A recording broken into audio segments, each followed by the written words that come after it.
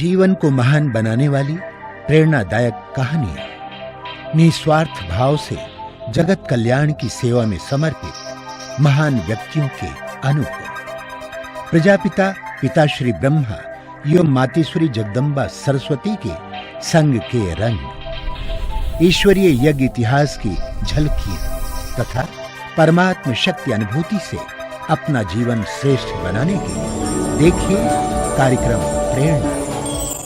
दीपक देता है रोशनी फैलाने की प्रेरणा, फलदायी वृक्ष देता है देने की प्रेरणा, मधुबन देता है महकते रहने की प्रेरणा, महान व्यक्ति देते हैं जीवन जीने की प्रेरणा। आओ प्रेरणा से दें हम सभी को प्रेरणा।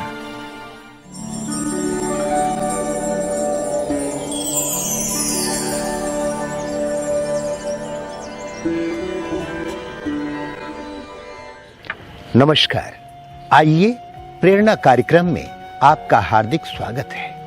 साथियों, इस कार्यक्रम में हम आपकी मुलाकात कराते हैं ऐसी प्रेरणादायी हस्तियों से जिनका संपूर्ण व्यक्तित्व निस्वार्थ सेवा करने और जीवन को दिव्य बनाने की प्रेरणा देता है। ये वो महान आत्माएं हैं जो अध्यात्म के पथ को अपनाकर ईश्वरीय प्रेम का रसपान करते हुए जन जन को ईश्वर के सानिध्य का अनुभव करा रही हैं। हमें आशा ही नहीं, पूर्ण विश्वास है कि आप भी इन दिव्य विभूतियों के अनुभवों से प्रेरणा प्राप्त कर अपना जीवन श्रेष्ठ और सफल बनाएंगे।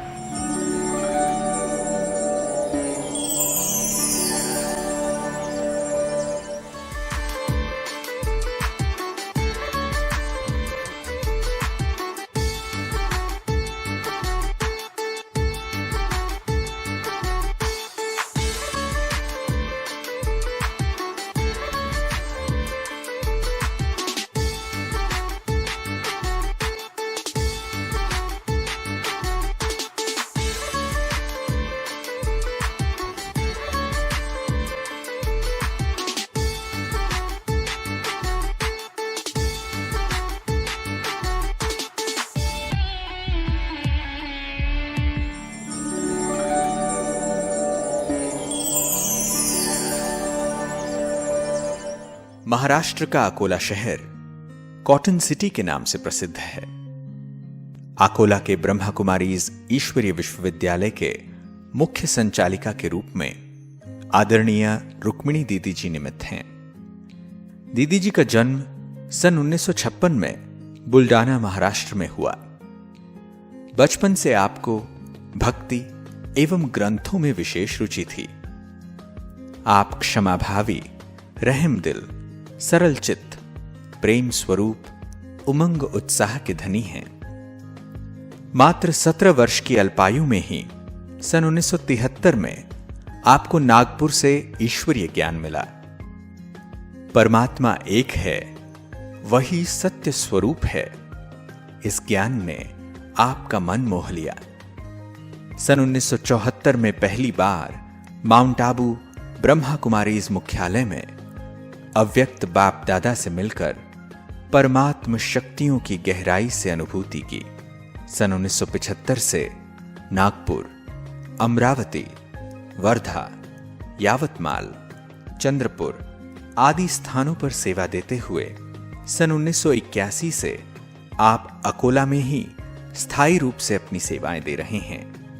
इस सत्य ज्ञान मार्ग का प्रचार करते हुए आपने स्वर्णिम भारत युवा पदयात्रा, अलविदा तनाव, संपूर्ण ग्राम विकास अभियान, किसान सशक्तिकरण इत्यादि अनेक कार्यक्रमों का आयोजन किया। तपस्या धाम भवन का फाउंडेशन स्टोन सन 1992 में आदरणीय दादी प्रकाशमणि जी के कर कमलों से हुआ। मात्र 1 वर्ष बाद सन 1993 में तपस्या भवन का उद्घाटन आदरणीय दादी चंद्रमणि जी के कर कमलों से संपन्न हुआ। सन 2013 में नवनिर्मित लाइट हाउस भवन का उद्घाटन अव्यक्त बाप दादा के द्वारा हुआ। वर्तमान समय दीदी जी के नेतृत्व में 18 सेवा केंद्रों, 125 गीता पाठशालाओं में 25 टीचर बहनों के समूह के साथ 3,500 विद्यार्थी प्रभु पालना का सच्चा सुख ले रहे हैं।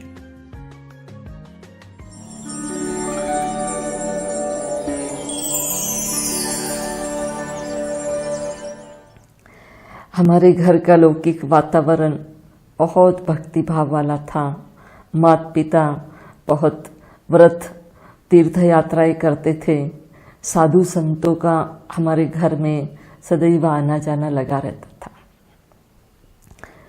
हमारे पिताजी वैसे बहुत अनुशासनबद्ध थे।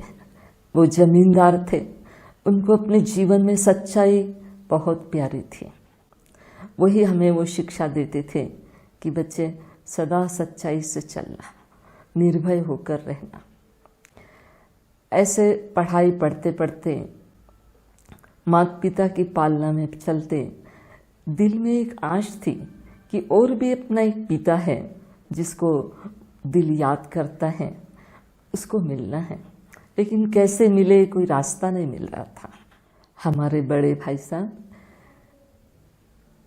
जो कि अभी हमारे मुख्यालय में आत्म प्रकाश भाई जी वहाँ पर सेवारत है, समर्पित रूप से सेवाएं दे रहे हैं। वो नागपुर में पढ़ाई पढ़ रहे थे। पढ़ाई के दौरान इस विद्यालय के संपर्क में आए। रोज वो वहाँ पर क्लास करने जाते थे। छुट्टियों के दिनों में वो घर लौटे।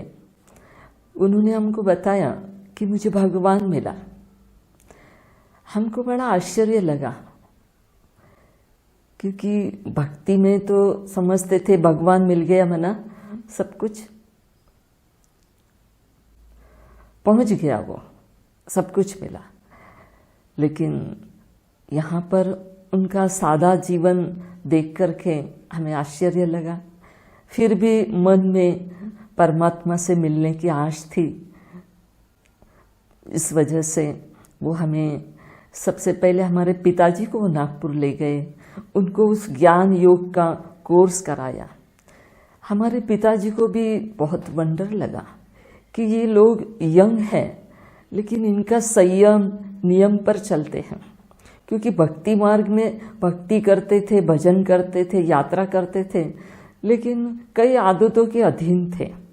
यहाँ पर जब इस विद्यालय में भाई बहनों का जीवन देखा तो उनके दिल में बहुत अच्छा इम्प्रेशन पड़ गया कि सही सत्य ज्ञान है ये। और वो आकर के हमें भी बताने लगे कि यही सच्चा रास्ता है। फिर हमारे भाई साहब हमें भी नागपुर ले गए। नागपुर में ही हमें ये ज्ञान मिला, कोर्स हुआ। तो मेरे दिल में जो आश थी तो मुझे लगा कि नहीं, यही वो रास्ता है जिसकी मुझे आश थी। मुझे बहुत खुशी हुई। लगा कि मुझे अपने जीवन में सच्चा ठिकाना मिल गया। पुष्पा दीदी जी थी, जब सेंटर पर पहुंचे तो उनकी जो दिव्यता, सफ़ेद वस्त्र, शांति का वातावरण, दिल में बहुत सुकून मिला। हमारी दीदी जी ने मुझे कोर्स करने के बाद पूछा कि आपका लक्ष्य क्या है। तो मैंने कहा कि मेरे दिल में भी यही आश है कि मैं समाज की कुछ सेवा करूं, तो मुझे भी इस ईश्वरीय सेवा में लगना है। तो उन्होंने मुझे, हम लोगों को हर बात सिखाई कि कैसे कोर्स करना है, कैसे ईश्वरीय सेवा होती है, भोजन पकाना है, प्रसाद बनाना है। हर बात सिखा करके हमें लायक बनाया।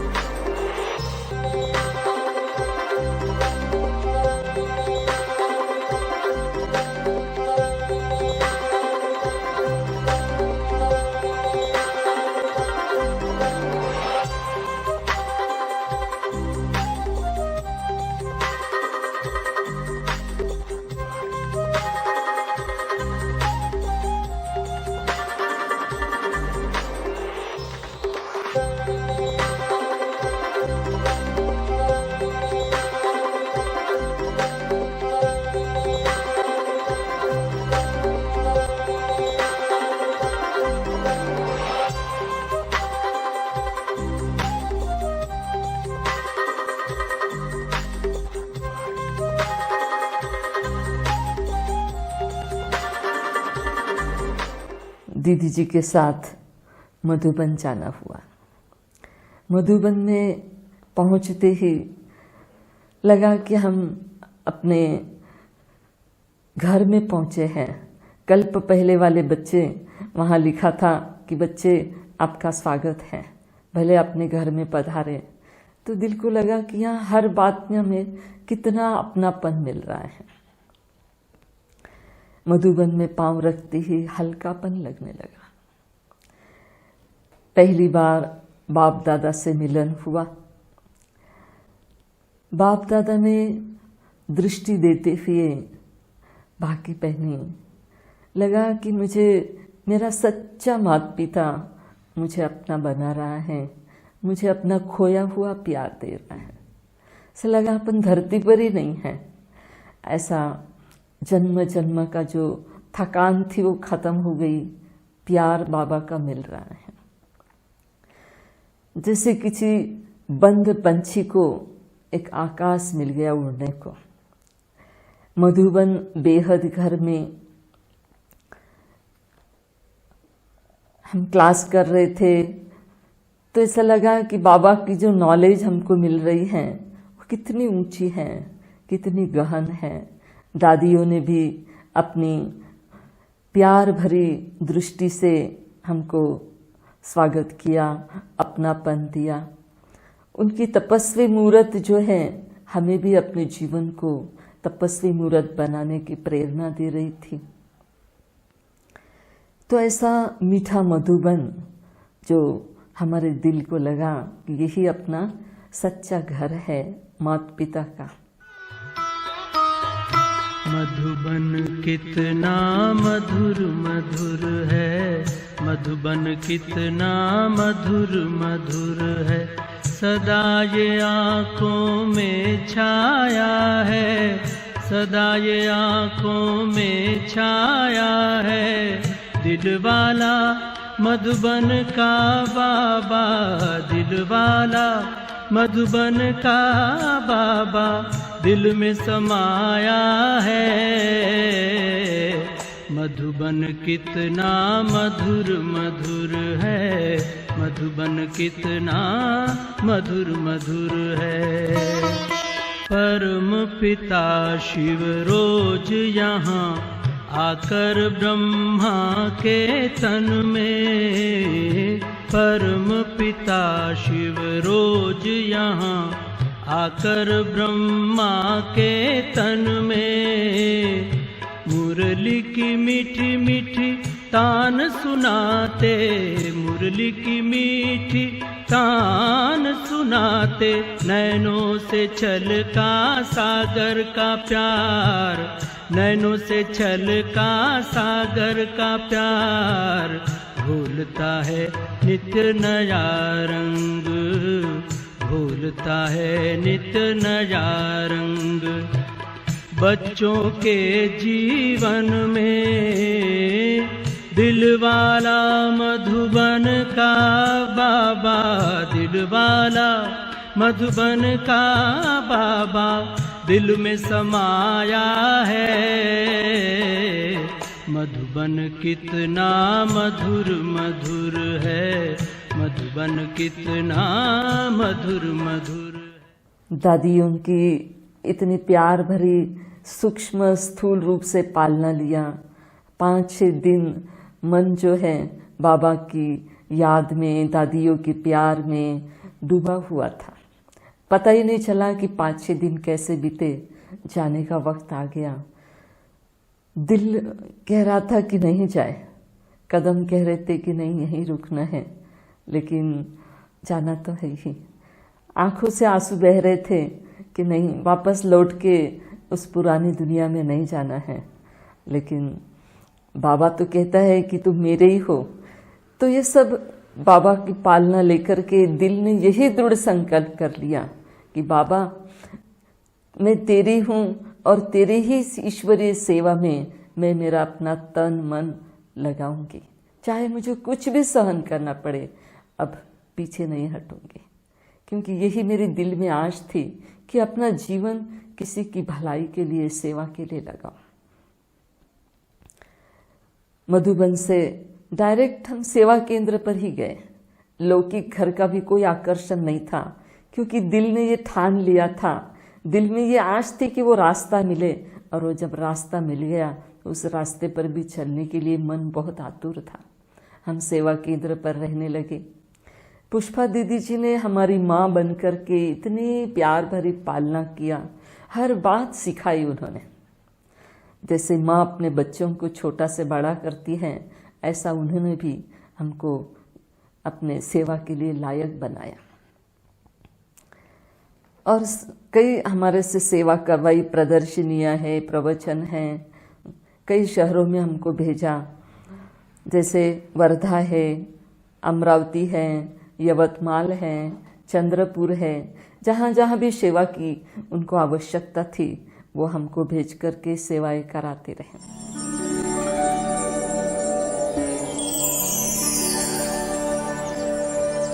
बड़ी दीदी जी और दादी जी, क्योंकि अव्यक्त बाप दादा के बाद यही दोनों विशेष निमित्त बन करके हम बच्चों की पालना करते थे।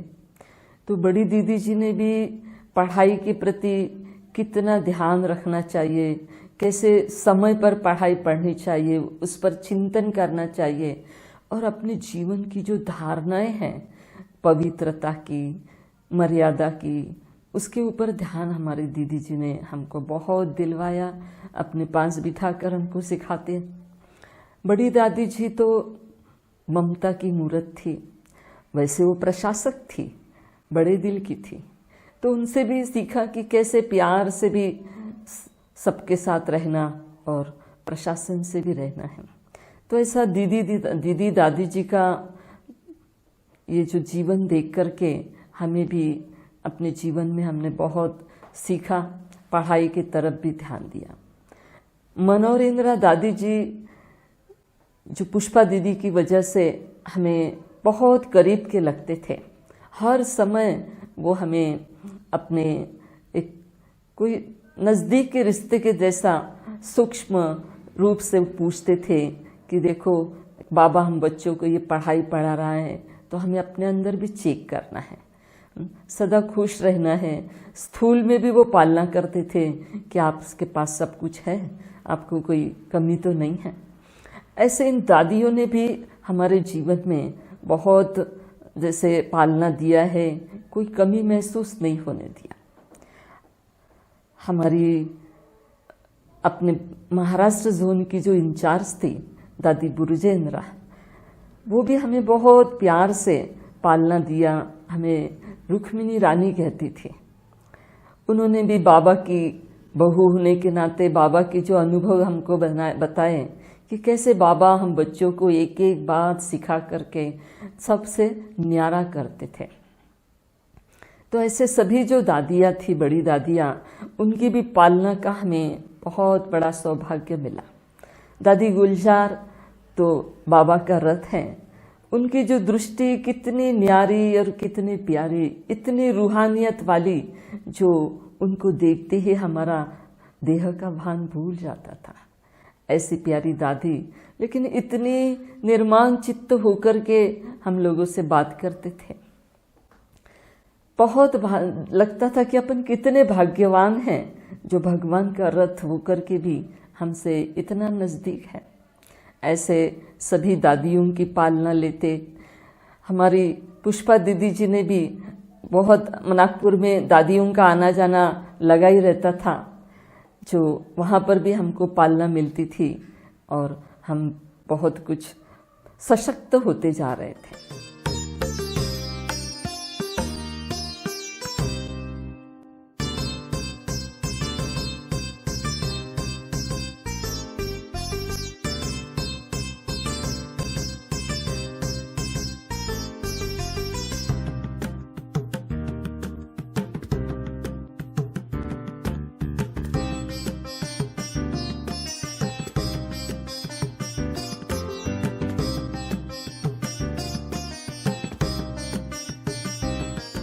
बाबा से मिलने के बाद हमने अपने जीवन को पूरी रीति ईश्वरीय सेवा में समर्पित किया। इधर हम सेवा में लगे हुए थे, हमारे लौकिक पिताजी को उधर लौकिक रिश्तेदारों ने बहुत अपोज किया कि आपने अपनी बेटी को इस विद्यालय में क्यों भेजा। लेकिन वो ये जान चुके थे कि ये परमात्मा पिता का कार्य है, मेरी बेटी जो है वो अच्छे कार्य के लिए मैंने समर्पित की, इसलिए वो थोड़े भी डगमगाए नहीं, यहाँ तक कि उन्होंने मुझे खबर भी नहीं लगने दी। तो इस ईश्वरीय सेवा में हम लोग मगन थे, आगे बढ़ रहे थे। पुष्पा दीदी जी ने हमें सेवा अर्थ अमरावती भेजा, वर्धा भेजा। कुछ दिन हम लोग चंद्रपुर गए, गोंदिया गए, यहाँ तक यवतमाल का सेवा केंद्र आरंभ करने के लिए भी दीदी जी ने हमें वहाँ रखा। ऐसे सेवाएं करते करते 1981 में अकोला में आना हुआ।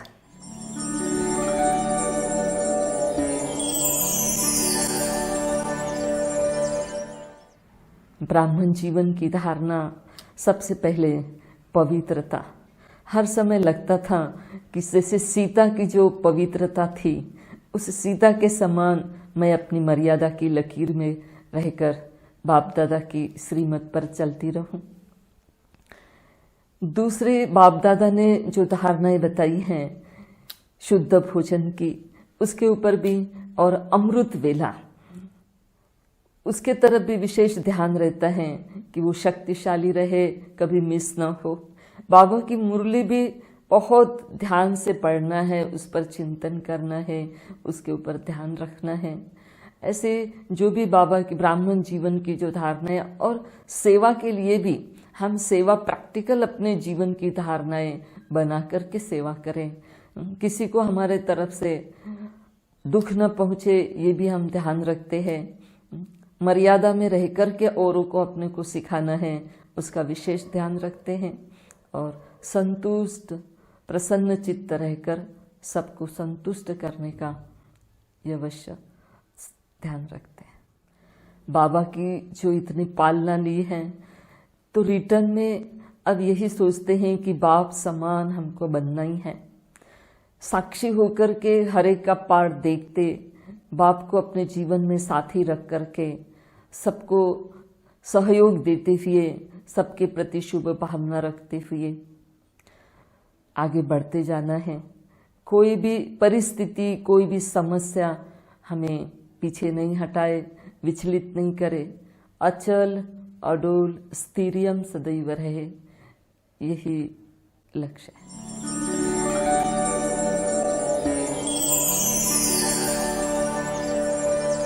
सेवा के क्षेत्र में हमने दीदी जी को देखा है कि जहाँ सेवा का अभाव है, वहाँ पे दीदी जी ने पैदल चल कर के भी सेवाएं दी। दीदी के अंदर में हमने वो हिम्मत और साहस देखा। तो ऐसे हमारे दीदी जी ममतामय मूर्त है। इस सेंटर में जो प्रजापिता ब्रह्मा बाबा है, उनके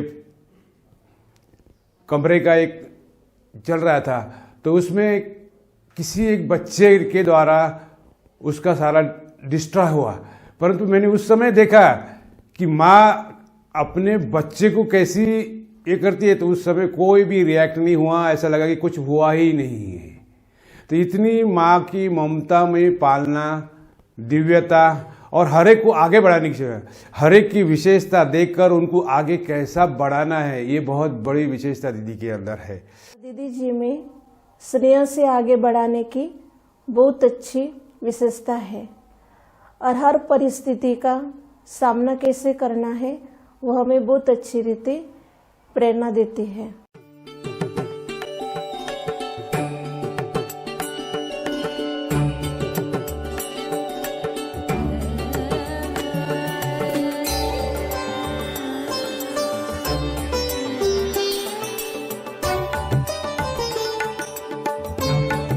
दीदी की ये विशेषता है हमारे कि कुमारों को कैसा हैंडल करना है, बुजुर्गों को कैसा हैंडल करना है, माताओं को कैसा चलाना है। ये एक बहुत रुक्मिणी दीदी के अंदर बहुत अच्छी विशेषता है। और हमें जब भी सेवा का ऐसा कोई मौका आता है तो दीदी फोर्स से हमें कहते हैं कि आपको करना ही है, और हमें पता नहीं वो सेवा कैसी हो जाती है। बहुत अच्छे से अच्छी वो सेवा हो जाती है। हमारा और दीदी जी का ऐसा लगता कि पुराना कोई रिश्ता है। हम हमेशा आते हैं, दीदी जी की तरफ देखते हैं तो उनका प्रेम, भक्ति और उनकी शासन और अनुशासन, ये सब गुण देखकर हम प्रभावित होते हैं। दीदी जी की वाणी जैसे सिद्धि स्वरूप है। जैसे हम कोई अपनी कोई कमी कमजोरी दीदी जी को बताते हैं तो ऐसा महसूस होता है कि जैसे हम दीदी जी को बताया तो कमी कमजोरी हमारी खत्म होती जा रही, कम होती जा रही है।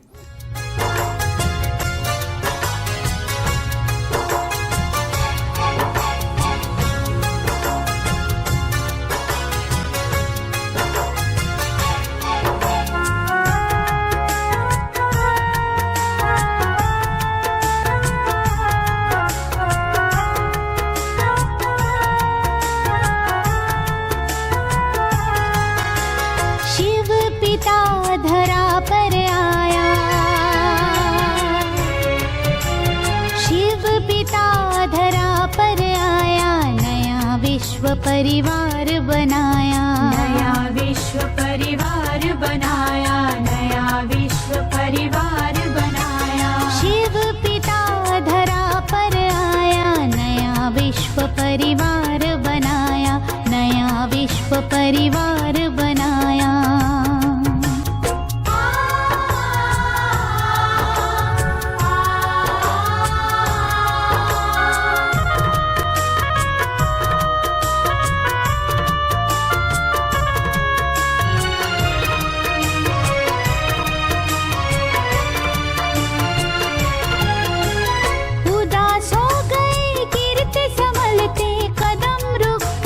चलते